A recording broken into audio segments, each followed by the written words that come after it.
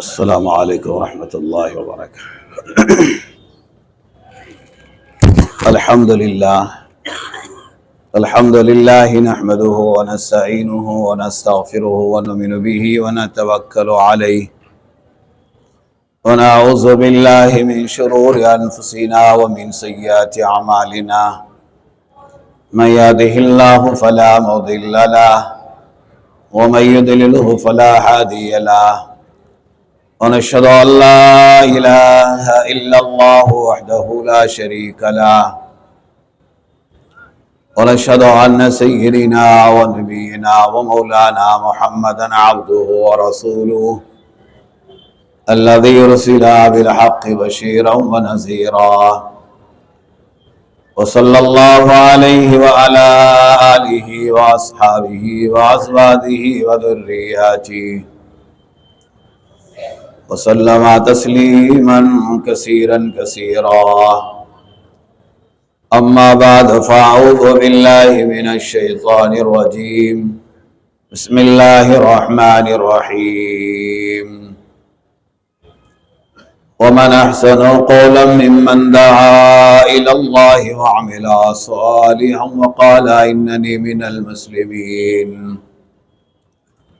وقال سبحانه وتعالى كنتم خير أمة أخرجت للناس تأمرون بالمعروف وتنحون عن المنكر وتؤمنون بالله وقال النبي صلى الله عليه وسلم من رأى منكم منكرا فليغيره بيده فإن لم يستطع فبلسانه فإن لم يستطع فبقلبه وذلك ضعف الإيمان صدق الله مولانا العظيم وصدق رسوله النبي الكريم ونحن على ذلك لمن الشاهدين والشاكرين والحمد لله رب العالمين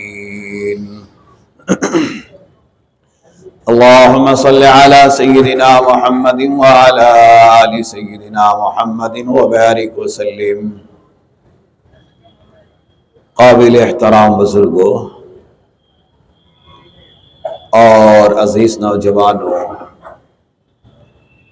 دنیا کے تمام حالات کا تعلق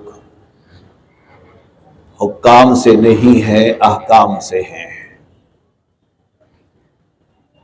لوگ یہ سمجھتے ہیں کہ اگر حکام بدلے تو حالات بدلیں گے، ناممکن بات ہے۔ تو حالات کا تعلق حکام سے نہیں ہے، اللہ کے احکام پورا کرنے سے ہے۔ ہر زمانے میں زمین کے بسنے والے انسان جب اللہ کے احکام کو پورا کر رہے تھے تو وہی زمانہ ان کے خوشحالی اور سرسبز و شادابی کا تھا۔ تو دنیا کے اندر جو بھی حالات بنتے ہیں یا بگڑتے ہیں، اس کا تعلق حاکموں کی حکومتوں سے نہیں ہوتا ہے، اس کا تعلق اللہ کے احکام کرنے اور نہ کرنے سے ہوتا ہے۔ یہی وجہ ہے کہ قرآن کریم میں اللہ تعالی نے ایسے بادشاہوں اور ظالموں کا ذکر کیا ہے کہ جن کو اپنی طاقت پر گھمنڈ تھا، تجارت پہ گھمنڈ تھا، حکومت پر گھمنڈ تھا، اور جب اللہ تعالیٰ نے ان کو پکڑ لیا تو اللہ تعالیٰ کی پکڑ سے نہ ان کو حکومت بچا سکی ہے، نہ ان کے وزراء بچا سکے ہیں، نہ ان کی فوج بچا سکی ہے۔ ان بطش ربک لشدید، یہ تیرے رب کی پکڑ بہت سخت ہے۔ ڈھیل دیتا ہے تو اتنا دیتا ہے کہ 350 برس تک فرعون کے سر میں درد بھی نہیں ہوا ہے، اتنی ڈھیل دے دیا، صحت دیا، جوانی دیا، حکومت دیا، یہاں تک کہ حکومت کے نشے میں خود حاکم اور خود خدائی دعویٰ کرنے کا اعلان کیا اس نے۔ اور زمانے میں یہ 2 ہی لوگ ایسے گزرے ہیں جنہوں نے خدائی دعوے کیے ہیں، ایک فرعون ہے اور ایک نمرود ہے، اور دونوں پر اللہ تعالیٰ کی بڑی نعمتیں تھیں، نعمتوں کی فراوانی تھی، تو ڈھیل اتنی دے دیا کہ صحت کے اعتبار سے کبھی سر میں درد بھی نہیں ہوا، تو اتنا زام آیا اپنی حکومت پر کہ خود خدائی دعوے کرنے لگ گیا۔ انا ربکم الاعلیٰ کے نعرے فرعون کے ہیں۔ اس لیے ہر زمانے میں اہل ایمان نے قرآن کریم کو پیش نظر رکھنا، اور یہ قرآن جو ہدایت کی کتاب ہے جس میں یہ واقعات بیان کیے گئے ہیں، آج بھی ایسے محسوس ہوتے ہیں کہ ان حالات پر ابھی قرآن اترا ہے اور قیامت تک ایسی ہوگا۔ تو جو خود خدائی دعوے کر رہے تھے، اللہ تعالیٰ نے ان کا حشر کیا قرآن بیان کر رہا ہے۔ تفسیر معارف میں ہے کہ جب زمین پر فرعون نے خدائی دعوے کر دیا تو اللہ کا نبی حضرت موسیٰ علیہ السلام سجدے میں گر گئے اور اللہ سے اس کے حق میں بد دعائیں کی، یہ تیرے مقابلے پہ آ گیا ہے۔ اور حضرت نے آگے لکھا مفتی شفیع نے معارف میں کہ جب زمین پر فرعون نے انا ربکم الاعلیٰ کے نعرے لگایا تو جبرائیل علیہ السلام اپنے مقام سدرہ پہ سجدے میں گر گئے اور فرعون کے حق میں 40 سال تک بد دعا کرتے رہے کہ اللہ تعالیٰ اس کو ہلاک کر مجھے بھیج دے۔ تو اللہ تعالیٰ نے فرمایا جبرائیل جلدی تو وہ کرتے ہیں جن کے پاس وقت نہیں ہے، وہ جو کر رہا ہے ہم دیکھ رہے ہیں۔ تو یہ ایسے حاکم گزرے ہیں جن کی داستان قرآن کریم نے بیان کیا ہے۔ اتنا بڑا حاکم کے مقابلے میں ایک نبی، کیسے اللہ تعالیٰ نے ان کو فتح دی ہے؟ کون سی چیز تھی کہ 6 لاکھ جادوگروں کے مقابلے میں نبی اکیلا کھڑا ہوا ہے؟ نبی اکیلا کھڑا ہوا، کون سی طاقت تھی یہ؟ اندر کا جو وجدان ہے، دل کی کیفیت۔ اسی لیے سب سے پہلے پیارے نبی آقا رحمت صلی اللہ علیہ وسلم نے جو محنت کی ہے وہ دلوں پر کی ہے کہ ان کے دلوں سے اللہ کے خیر کو نکالے۔ یہ جو اللہ کے خیر دلوں میں بسا رکھے ہیں، یہ سارا تعلق اللہ کے ذات کے یقین کی طاقت کی بنیاد پر ہوتا ہے، ورنہ لوگ ایسے ڈر کے مر جاتے ہیں۔ اللہ کرے میری باتیں آپ سمجھ سکیں اور ہر مسلمان اس کو سمجھے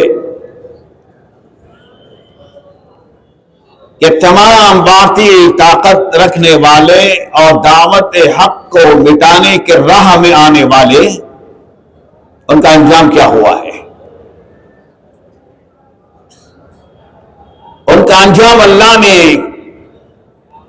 ایک داستان بنا کے قیامت تک پیش کیا ہے. اور ہر زمانے میں باطل کو مٹانے کے لیے اکثریت کی طاقت نہیں رکھتی ہے، وہ اللہ کے یقین کی طاقت سے مٹتا ہے. اسی لیے 13 سال مکے کی زمین پر صرف ایک ہی نعرہ تھا، یا ایھا الناس قولوا لا الہ الا اللہ تفلحوا. بتائیے آپ، ایسی قوم کے سامنے یہ دعوت پیش کی جا رہی تھی جو اتنی حد دھرم اور ضد اور جہالت میں ہے کہ کوئی بادشاہ ان پر حکومت کرنا بھی پسند نہیں کیا کہ ہم ایسے پہ حکومت بھی نہیں کریں گے. اتنی جہالت. کیسا انقلاب آیا ہے. یہ آج کا مسلمان یہ کہہ رہا ہے یہ حالات ہے، یہ حالات ہے. اربوں کی تعداد میں اہل ایمان بسے ہوئے ہیں، ہوتا کچھ کیوں نہیں ہے. یہ زبان کے بول ہے. سب کچھ ہوتا ہے، اپنے ایک یقین کو اتنا بنا لینا کہ سب اللہ سے ہوتا ہے، سب ہو جائے گا. صرف اس بات کی کمی نے پورے مسلمان دنیا کے بسنے والوں کو پریشان کر دیا ظالموں کی طرف سے. ان سب کا مقابلہ ایک ہے، وہ دعوت الی اللہ.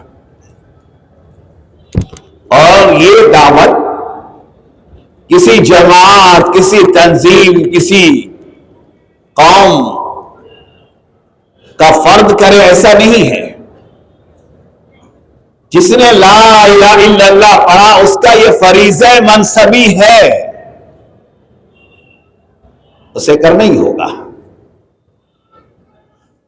لوگ سمجھ رہے ہیں یہ تبلیغی جماعت کا کام ہے. تبلیغی جماعت کا یہ تبلیغ کر رہی نام ہوگا. حضرت مولانا الیاس صاحب رحمۃ اللہ علیہ نے کہا میں نے اس کا نام تھوڑی تبلیغی جماعت رکھا، لوگوں نے بس چل پڑا یہ تبلیغی جماعت.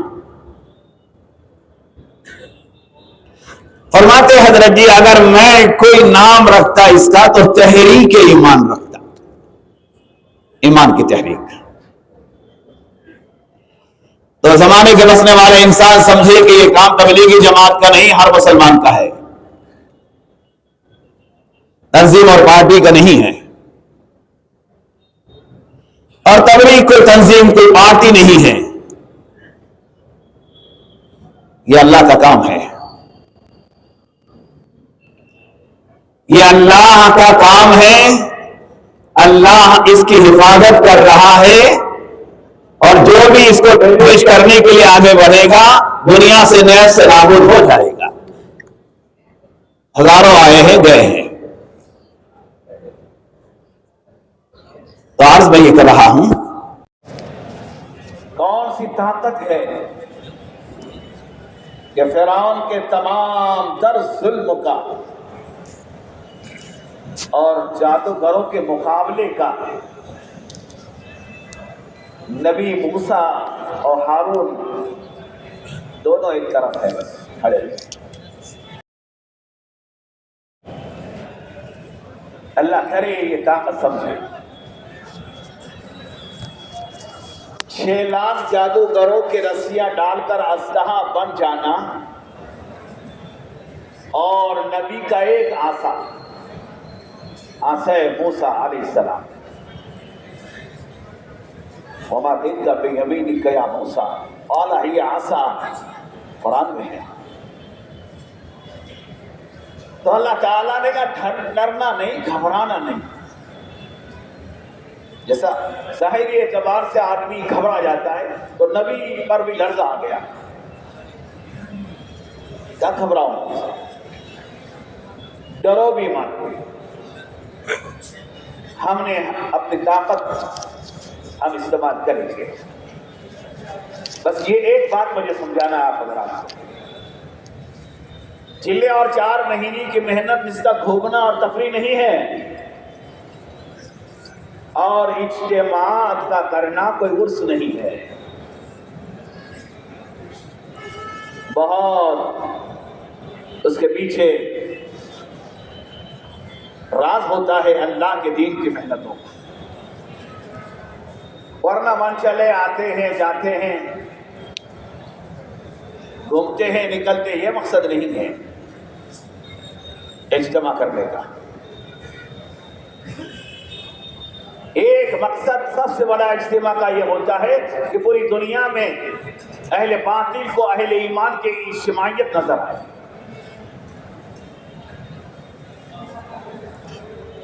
تو اجتماعیت اور وہاں سے خروج، یہی تمام حالات کا جواب ہوتا ہے۔ تو جب تک کہ دل کا وجدان اور یقین اللہ کے ذات عالی کے ساتھ صحیح نہیں ہوگا، حالات صحیح نہیں ہوگے۔ تو اللہ تعالیٰ نے کہا نہ گھبراؤ، ڈرو مت، ڈالو آسا۔ تو یہ دل کا یقین ہے۔ اور موسیٰ علیہ السلام کو وہ اللہ نے معجزہ عطا کیا تھا۔ 6 لاکھ اژدہا کو ایک اژدہا کا نگل جانا کیا ہے، اور 6 لاکھ جادوگر سجدے میں گر گئے، فوراً گر گئے۔ قالوا آمنا برب موسیٰ و ہارون، ایمان لائے ہم موسیٰ و ہارون علیہ السلام کے رب پر۔ بتائیے آپ 6 لاکھ ایک ساتھ۔ فرعون نے کہا ظالموں، تم نے کیا کیا کہ موسیٰ پہ ایمان لایا؟ میں تمہیں سزا دوں گا، جلاد لا کے تمہارے ہاتھ پیر کاٹ دوں گا۔ تو جادوگروں نے کہا کہ تو ہمارے ہاتھ پیر کاٹ سکتا ہے، اب ہمارے دلوں سے ایمان نہیں نکال سکتا۔ یہ کون سی طاقت؟ بس جب تک یہ طاقت نہیں آئے گی 6 لاکھ جادوگر پیچھے نہیں ہٹیں گے 2 کے مقابلے میں۔ 6 لاکھ جادوگر 2 کے مقابلے میں پیچھے ہٹنا اور ایمان لانا، یہ دل کے یقین کی کیفیت تھی۔ یہی صحابہ کرام رسول اللہ کی صحبت میں سیکھے ہیں، اور قیامت تک یہی ضابطہ ہے۔ تو یا ایھا الناس، یہ پیارے نبی آقا رحمت کے جملے آپ کی زبان مبارک سے نکلے کہ یا ایھا الناس قولوا لا الہ الا اللہ تفلحوا۔ پورے زمانے کے انسانیت سے آپ کو خاطب ہے۔ ظاہری اعتبار سے تو مکہ ہے، کوہ صفا ہے، کوہ صفا پر آپ نے اپنے کے قبیلے کو جمع کیا ہے، اور سب سے زیادہ مشرکین مکہ لا الہ الا اللہ کی جھوٹ دیتے۔ یہ کیا ہے؟ سب کے مقابلے میں ایک فیصلہ لیا۔ ہمارے تو خاندان وائز، قبیلے وائز خدا ہے، اور ہم تو سردی کے، گرمی کے، تجارت کے الگ خدا رکھتے ہیں، بیماریوں کے شفا دینے والا خدا الگ ہوتا ہے۔ یہ کیسا کہتا ہے لا الہ الا اللہ؟ تو اس لا الہ الا اللہ کو بٹھانا اور رسول اللہ کو ختم کرنا ابتدائی زمانے سے ہوا ہے، ابتدائی زمانے سے۔ اور عجیب تر بات یہ ہے کہ لا الہ الا اللہ کو مٹانے کے لیے اور رسول اللہ صلی اللہ علیہ وسلم کے اس دعوت کو ختم کرنے کے لیے سب سے پہلے جس نے پتھر چلایا ہے وہ مکے کا کوئی غیر نہیں ہے، وہ اللہ کے پیارے نبی آقا رحمت صلی اللہ علیہ وسلم کا سگا چچا ہے، ابو لہب۔ یہ پلان ہے ابتدا سے، کوہ صفا سے پتھروں کی بوچھار ہے رسول اللہ پہ، اور آج تک محنت کر ڈالی ہے پورے زمانے کو مخالف بنانے کی، پوری محنت کی ہے کہ نہ محمد رہے نہ محمد کا دین رہے، ختم کریں گے ہم ان کو۔ آج پوری دنیا کا باطل ایک پلیٹ فارم پہ ہے نا، الکفر ملۃ واحدہ، اس کا مظاہرہ کرتا ہے، اور سب سے زیادہ اہل ایمان سے کھلواڑ کر رہا ہے ایمان کی کمزوری کی بنیاد پر، صرف ایمان کی کمزوری کی بنیاد پر۔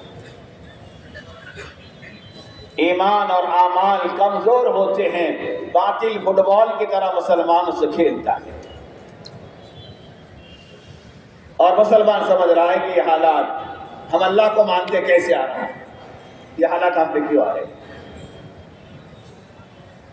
تو مکے میں تمام پتھروں کے چلانے والے، نبی کو ستانے والے، ان کا جواب کیا تھا؟ ان سب کے جواب میں اللہ کے نبی نے کیا جواب دیا؟ ایک ہی جواب، لا الہ الا اللہ۔ اسی دعوت کو لے کے اٹھنا ہوگا، اور چلے 4 مہینے یہ رسم یا کوئی سالانہ تاریخی اس ترتیب پر آ جانا اور یقین کو بنانا،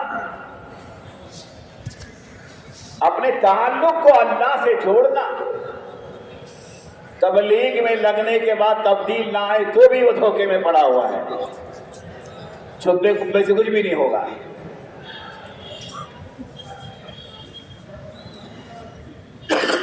ایمان کے بعد پل بھر میں زندگیاں بدلی ہے، پل بھر میں پوری سیرت کے اندر یہ واقعات ملتے ہیں کہ ایمان سے ہٹانا، جو ایمان لا دیے ساری طاقتیں لگائی ہوئے ہیں لیکن نہیں ہٹا سکے۔ بلال حبشی رضی اللہ عنہ کو ہٹا سکے؟ یہ تو تاریخ کا انوکھا واقعہ ہے کہ مارنے والے تھک رہے ہیں، مار کھانے والا نہیں تھکتا ہے۔ اور مکے کے زمین پر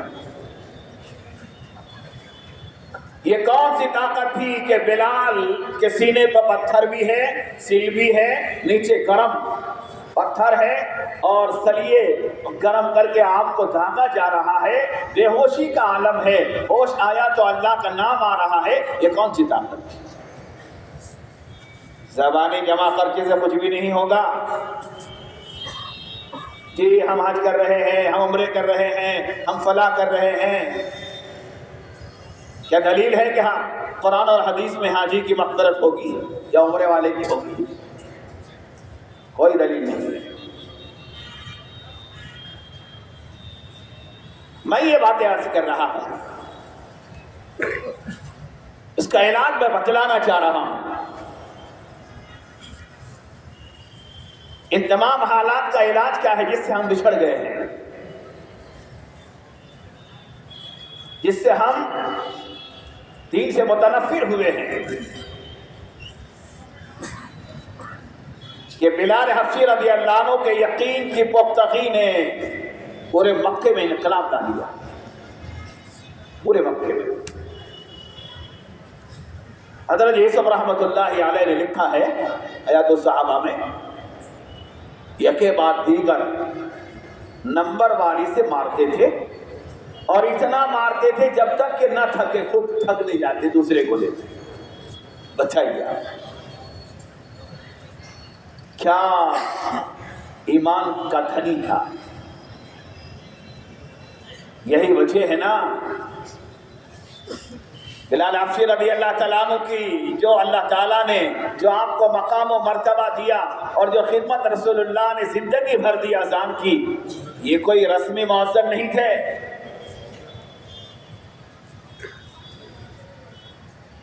رسمی مؤذن نہیں ہیں۔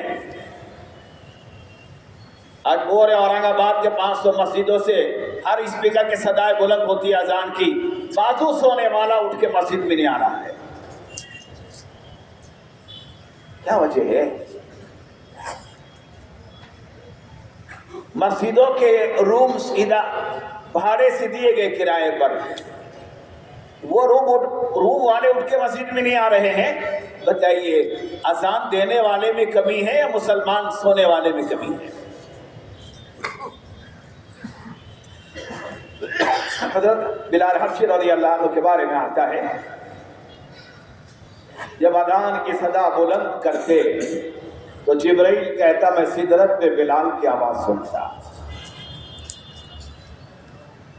اور 9 کلومیٹر تک دیگر میں کہ بلال کی اذان سنائی جاتی تھی، اتنے دور جاتی تھی۔ اذان کیا ہے؟ علامہ اقبال نے اذان کیا ہے؟ اذان ازل سے عشق کا ترانہ بنی، نماز دیدار خدا کا ایک بہانہ بنی، وہ سحر جس سے لرزتا ہے سبستان وجود، ہوتی ہے بندے مومن کی اذان سے پیدا۔ الفاظ و معانی میں تفاوت تو نہیں، لیکن ملا کی اذان اور مجاہد کی اور، وہ زبان ایسی زبان تھی اذان دینے والی کہ پتھر دل آدمی کانپنے لگتا تھا اور اللہ کی طرف متوجہ ہوتا تھا۔ کیا وجہ ہے؟ سیرت میں آتا ہے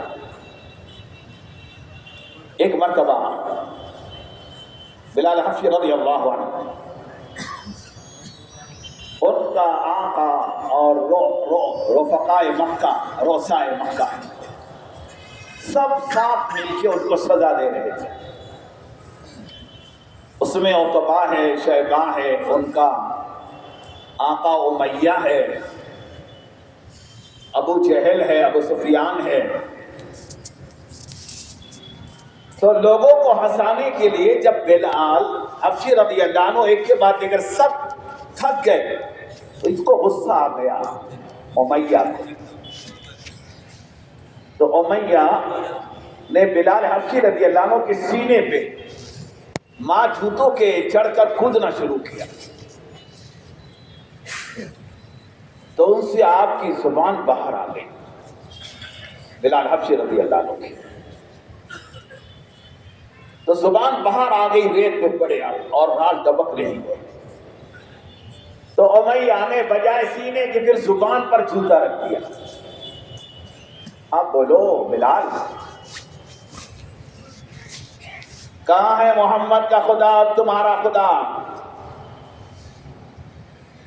تو بلال کے دل سے آواز آئی، احد احد، میرا خدا ایک خدا، میرا ایک رب۔ تو یہ وہ زبان ہے جو اللہ کے نام اور اللہ کے یقین، اللہ کے ذات عالی کے یقین کو بسانے کے لیے اتنی تکلیفوں کو جھیلی ہے۔ میرا اور ایمان، آپ کا ایمان کیا ہے؟ جو مسلمان بدر میں نہیں آئے گا، حجروں میں رات 2 بجے تک موبائلوں کی گندگی میں جوان پڑے رہے گا، اس کے ایمان کی کیفیت کیسے بگڑے گی؟ یہی وجہ ہے کہ گناہ کی گندگیاں فجر میں نہیں اٹھاتی، حضرت علی رضی اللہ عنہ کا قول ہے۔ فرمایا، ایک آیا فرمایا، عامل المومنین، فجر کی نماز میں آنکھ نہیں کھلتی ہے، کیا وجہ ہے؟ دعا فرمائیے۔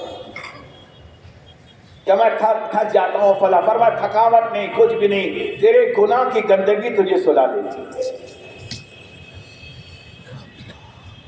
فجر کی نماز کا جائزہ تو لیجیے نا مسجدوں کے، اتنی لمبی رات ہے 14 گھنٹے کی،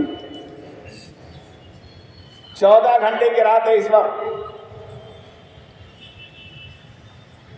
لیکن جن جوانوں نے 2 بجے تک آنکھ کو گندی کیا، دل گندا کیا، وہ فجر کی نماز کا مزہ کیسے لے سکتا ہے؟ کاش ان کے ماں باپ کو اللہ سمجھ دیتے ہیں۔ کیسے اندر کا یقین بن سکتا ہے؟ حضرت بلال حبشی کی جو ایمان کی طاقت ہے، امیر المومنین عمر بن خطاب رضی اللہ عنہ، حضرت ابوبکر صدیق رضی اللہ عنہ، اور جب تک بلال حیات تھے، خلفاء جب تک ان کی زندگی میں وہ حیات تھے، ہر ایک خلیفہ بلال رضی اللہ عنہ کہتے تھے یا سیدی، اے ہمارے سردار۔ بلال کو سردار بنا دیا رضی اللہ عنہ۔ تو یہ دعوت کی محنت، یہ انقلاب چاہتی ہے کہ ایک جوان کی زندگی میں یہ انقلاب آئے، ایک جوان کے پیشانی میں تہجد کا نور آئے، اس کی آنکھوں میں حیا آئے، اس کی زبان پر اللہ کا ذکر آئے، اس کے دل کی کیفیات کا یقین اللہ کے عرش سے قریب رہے۔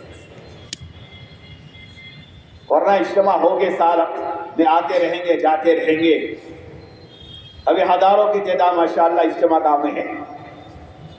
اس لیے تو ایک زون میں 500 مجمع ہمارا کام کر رہا ہے، خدمت والا 26 اور 13 زون ہے، سارا مجمع وہاں ہے، تو یہ تو ہوتا رہے گا۔ اصل ہے زندگیوں کا بدل جانا۔ تو اس محنت کو، اس اللہ والے یقین کو، اور اس لا الہ الا اللہ اور محمد رسول اللہ کی اس دعوت کو روکنے کے لیے ابتدائی زمانے سے یہ سب ایک پلیٹ فارم پہ، اور کامیابی بالآخر اللہ نے یقین والوں کو دی ہے۔ بلال کامیاب ہوئے، مارنے والے ناکام ہو گئے، سب ناکام۔ ابوبکر صدیق رضی اللہ تعالیٰ عنہ وہاں سے گزر رہے تھے، ان ظالموں کو دیکھا کہ ظالموں تمہیں شرم نہیں آتی ہے، اس غلام کے ساتھ تم اتنی بدسلوکی کر کے اتنا ظلم کر رہے ہیں۔ ابوبکر صدیق مکے کی بڑی شخصیت ہے، اور ان کے مالک امیہ نے کہا تمہارے دوست محمد نے تو بگاڑا ہے نا، تمہارے دوست نے غلام اور آقا کو ملا دیا۔ کہتا ایک ہے اللہ، ایک ہے۔ حضرت ابوبکر صدیق رضی اللہ فرمایا امیہ خاموش رہو، چلو سودا کرو اس کا، ہم اس کو خرید کے آزاد کر دیتے ہیں، چلو اس کا سودا کرو۔ تو ظالم تھا امیہ، ارے کہا نکل ابو بکر، ہم غلام کو سزا دیتے وقت سودا نہیں کرتے، ابھی اس کو سزا دے دیا۔ حضرت ٹھہر گئے وہاں، کہا سزا دے دو اس کے بعد سودا کر لیتا ہوں۔ پوری سزا دی، اور بلال حبشی رضی اللہ عنہ کی قیمت ابوبکر صدیق رضی اللہ عنہ نے ادا کی، اور ہوش آیا تو ابو بکر کو دیکھا، حضرت بلال حبشی رضی اللہ عنہ نے سب سے پہلے کہا بولو بلال رضی اللہ عنہ، یہ اتنے ظالم ظلم کر رہے ہیں، پریشان کر رہے ہیں، ایک مرتبہ کہہ دیتا مار سے بچنے کے لیے ہوبل تو اتنا ظلم نہیں ہوتا۔ تو رونے لگے بلال حبشی رضی اللہ عنہ۔ کبھی ابوبکر صدیق رضی اللہ فرمایا کہ ابو بکر تم یہ کیا بات کر رہے ہو، اور وہ بھی نبی کے دوست اور نبی کے اوپر ایمان لائے ہیں آپ نے، اور آپ ایسی بات کر رہے ہو؟ فرمایا ہاں، فرمایا اگر مکے میں تمہارے علاوہ کوئی یہ کہتا تو میں اس کا جواب کسی کو نہ دیتا، لیکن تمہیں کہہ دیتا۔ میرا راز کیا تھا اتنا مار کھانے کا؟ جب یہ مار کر تھک جاتے، ظلم سے تھک جاتے، مجھے بے ہوش کر دیتے اور تھک کر پیچھے ہٹ جاتے، میں بے ہوش ہو جاتا، یہ چلے جاتے، مجھے ہوش آتا، میری آنکھ کھلتی تو اللہ مجھے کہتا بولو میرے بلال اب کیا حالت ہے تمہاری؟ کہتے ہیں کہ جب اللہ مجھے وہ کیفیت پوچھتا، اللہ کی قسم ساری تکلیف راحت میں بدل جاتی۔ مکتب عشق کے انداز نرانے ہوتی ہے، عشق میں جو جفا وہ جفا ہی نہیں، جو بے ستم ہو محبت اس میں مزہ ہی نہیں۔ بس میں یہ کر رہا ہوں، ایک یقین کی طاقت نے پورے مکے میں انقلاب پیدا کیا، اور جب مدینے میں نماز کے لیے بلانے کا مسئلہ آیا اور مشورہ کیا رسول اللہ نے، سب صحابہ نے مختلف مشورے دیے، کوئی بات طے نہیں ہو سکی۔ حضرت عبداللہ ابن عبد ربی رضی اللہ عنہ کے خواب میں جبرائیل آئے اور اذان کے کلمات سکھائے، اور فجر کے بعد انہوں نے رسول اللہ کو اپنا خواب بیان کیا۔ عمر بن خطاب رضی اللہ عنہ آئے، انہوں نے کہا یا رسول اللہ میں نے بھی یہ خواب دیکھا۔ حضور صلی اللہ علیہ وسلم نے فرمایا آپ ذرا ربی سے سناؤ، تمہارے خواب کی اذان سنائی تو حضور نے فرمایا ہاں یہی رات معراج کی رات میں جبرائیل نے دی تھی، یہی اذان تھی۔ تو خواب دیکھنے والے عبد ربی ہے، لیکن حضور نے فرمایا عبداللہ ابن عبد ربی رضی اللہ عنہ سے بلال کو بلاؤ، یہ کلمات انہیں یاد کراؤ، اس کی زبان پر اللہ کا نام بلند کرنے کے لیے امیہ نے جوتے سمیت اپنا پیر رکھا ہے، اللہ اس کے زبان میں تاثیر رکھ دیا ہے، اذان تو بلال دیتا۔ تو یہ ایمان ایسا بنتا ہے میرے دوستو، مجاہدے کے راستے سے آگے بڑھنا ہوگا، جوہد والذین جاہدوا فینا لنہدینہم سبلنا وان اللہ لمع المحسنین، جو ہمارے راہوں میں نکلتے ہیں، مجاہدے کرتے ہیں، اللہ تعالیٰ تمام مشکلوں میں ان کے لیے راستے آسان کر دیتے ہیں، اور سب سے آسان ان کے لیے اللہ جنت کا راستہ کرتے ہیں۔ یہ ایمان بنانے کی یہ محنت ہے۔ قیامت سے پہلے دجالیت، جو اب جس دور سے ہم گزر رہے ہیں، دجالیت کا دور، مادی طاقت پہ اترانے والے حکومتیں کیسے فیل ہوگی آپ کو معلوم ہونا چاہیے، اس لیے ہر وقت، ہر گھڑی، ہر لمحہ اپنی زبان پر اللہ کا ذکر رکھے۔ ہمارے موجودہ حضرت جی دامت برکاتہم العالیہ کہہ رہے ہیں ان تمام حالات کا مقابلہ یہ ہے اپنی مسجدوں کو 24 گھنٹے اعمال دعوت سے آباد رکھو، مسجدیں آباد رہیں، اعمال دعوت سے آباد رہیں، اعمال نبوت سے آباد رہیں، اللہ کے ذکر و قرآن کی تلاوت سے آباد رہیں، ان کا مقابلہ ہے۔ کچھ ہو رہا ہے فوراً مسجد میں رسول اللہ صلی اللہ علیہ وسلم کے ذات اقدس، حالات بگڑ رہے فوراً مسجد میں، آسمانی ہو زمینی ہو، ہم تو مادی طاقتوں پہ اترا رہے ہیں۔ مادی طاقت کے رکھنے والے، حکومت کے رکھنے والے کبھی لا الہ الا اللہ کے مقابلے پہ ٹکے نہیں ہیں، اور قیامت تک بھی ٹکنے والے نہیں ہیں، وہ مٹنے والے ہیں۔ یہی صحابہ کرام نے نعرے کو اٹھایا اور سلاطین عالم کے پاس جا جا کر بے خوف کہا سلیم تسلیم، ایمان لاؤ سلامت رہو گے، ورنہ ہماری تلوار فیصلہ کرے گی۔ تو یہ دعوت کی محنت کو لے کے اٹھنا ہوگا،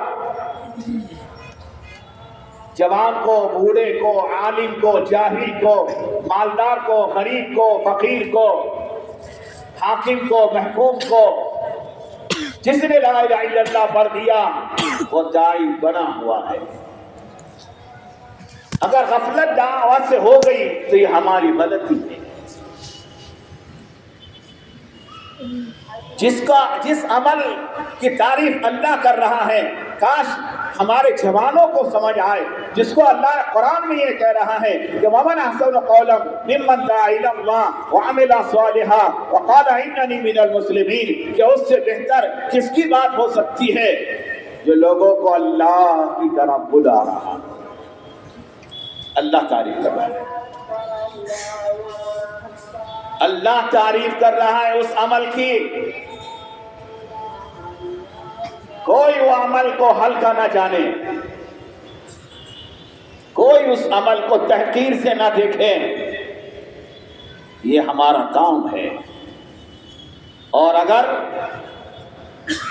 اس کام کو ڈیمیج کرنے والے، اس کام کو مشکوک نگاہ سے دیکھنے والے یہ سمجھ رہے ہوں گے یہ تو بس عجیب جوہلاؤں کی جماعت ہے.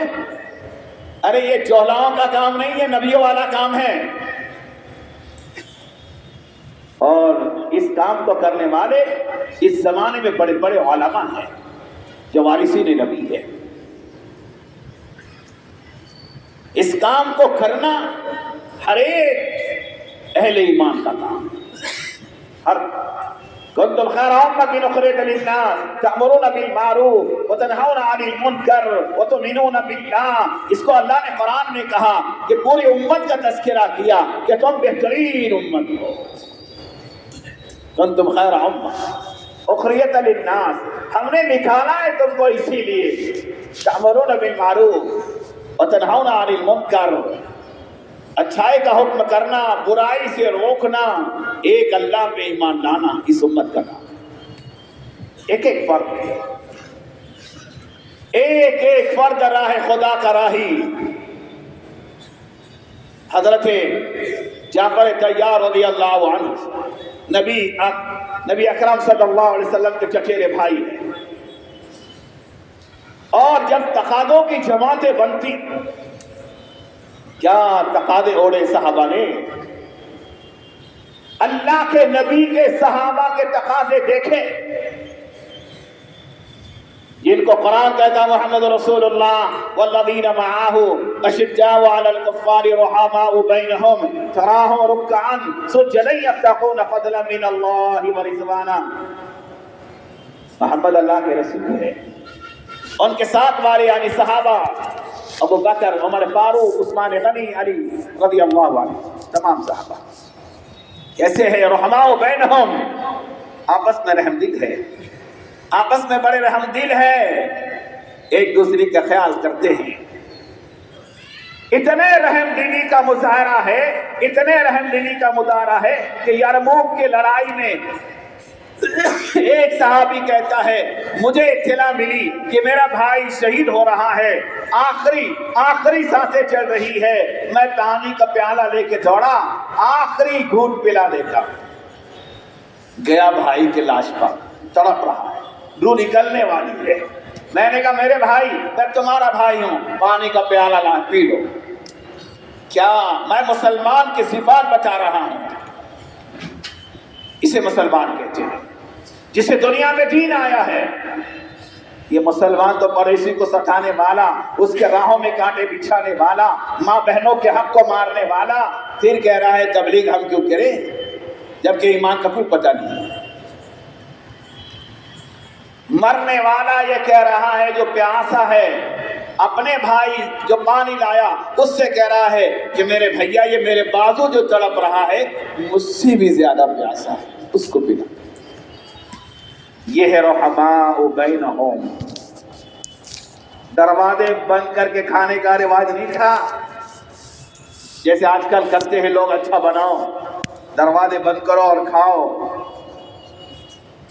حدیث میں پیارے نبی نے فرمایا ہے اگر کچھ اچھا بناؤ اپنے پڑوسی کا حق ادا کرو. اگر تم نہ دے سکے، نہ طاقت ہے، تو اس کی خوشبو بھی غریب کے گھر تک نہ پہنچے. کیا اسلام کا یہ نور ہے.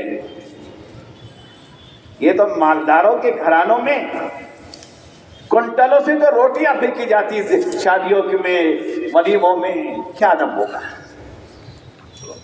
تو رحماء بینہم یہ ہے کہ پیاسے مر رہے ہیں، تقاضے آئے ہیں، تو جعفر طیار رضی اللہ عنہ کو کھڑا کیا۔ جعفر طیار کھڑے ہو گئے اور گھر جا کر اپنے بیوی سے کہا اب مجھے جانا ہے، اللہ کے راہ میں رسول اللہ نے تشکیل کی ہے میری۔ اس زمانے کی بیویاں ہیں، چلے 4 مہینے کی تشکیل نہیں، جام شہادت کی تشکیل ہے۔ چلے 4 مہینے یا بیرون اندرون نہیں، اپنی جان کو ہتھیلی پہ لے کے چلو۔ ان کے بیوی کا نام اسماء ہے رضی اللہ عنہا۔ فرمایا میرے سر کے تاج کوئی بات نہیں، میں تیاری کر رہی ہوں۔ اللہ کے راہ میں بھیجنے کی تیاری بیوی نے ایسی کی، غسل دیا، کپڑے پہنایا، اور جو جنگ کا لباس ہوتا ہے زرے بختر وغیرہ خود اپنے ہاتھ سے پہنا دیا، سر پہ خود رکھ دی اور ہاتھ پکڑ کر گھوڑے تک لے کر آیا اور گھوڑے پہ سوار کیا حضرت جعفر طیار رضی اللہ عنہ کو۔ ایسا تیاری کی ہے جیسی ماں اپنے جوان بیٹے دولہے کی تیاری کرتی ہے کہ میرا بیٹا دولہا بن رہا ہے۔ گھوڑے میں بٹھا دی تو جعفر طیار رضی اللہ عنہ فرمایا اسماء یہ میری 2 بیٹیاں ہیں اور یہ میرے بیٹے اور محمد، ان کا خیال رکھو۔ دیکھو اسماء آ گئے تو ملاقات ہوگی، دعا کرو اللہ شہید کر دے، شہادت کی موت دے، اگر میں شہید ہو جاؤں تو پھر جنت میں ملاقات کا وعدہ ہوگا۔ ایڈ لگائی، گھوڑے کی بڑھا دیا، بیوی نے پیچھے سے ہاتھ اٹھایا، یا اللہ یہ میرا سر کا تاج ہے، میں شہادت کی متمنی ہوں، اس کے دل کی تمنا بھی شہادت کی ہے، یا اللہ مجھے شہید کی دلہن بنا دے۔